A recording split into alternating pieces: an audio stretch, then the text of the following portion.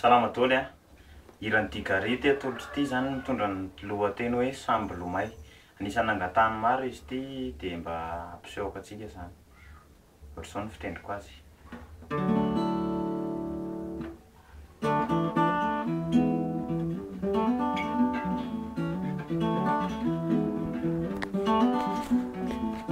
Andeha fiaignatsika asan'ny lamozika Rafaela nanaovana azy mireo tsy afaky sasy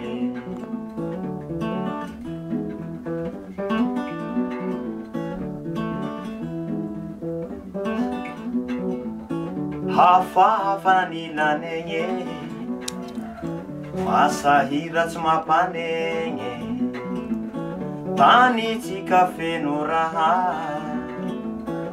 tondratsika tsy raharaha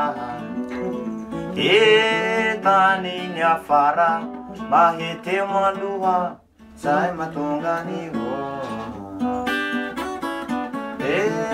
tany afara mahete maloha zay mahatonga an'io Lomay, Lomay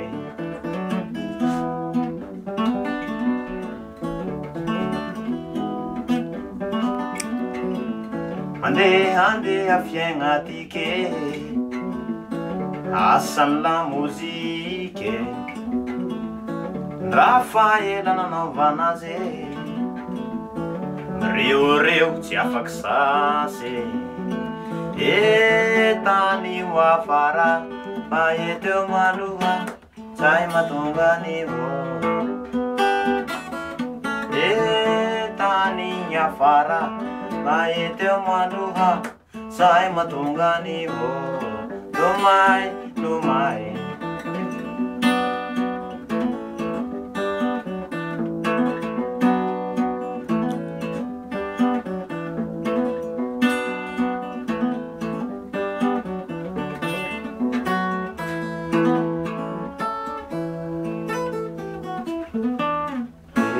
Samby Lomay Samby Lomay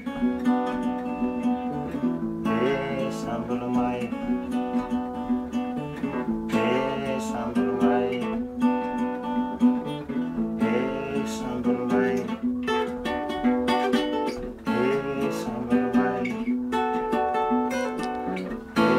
Samby Lomay Samby Lomay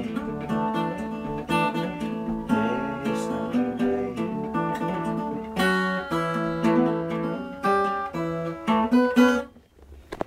Sotra to.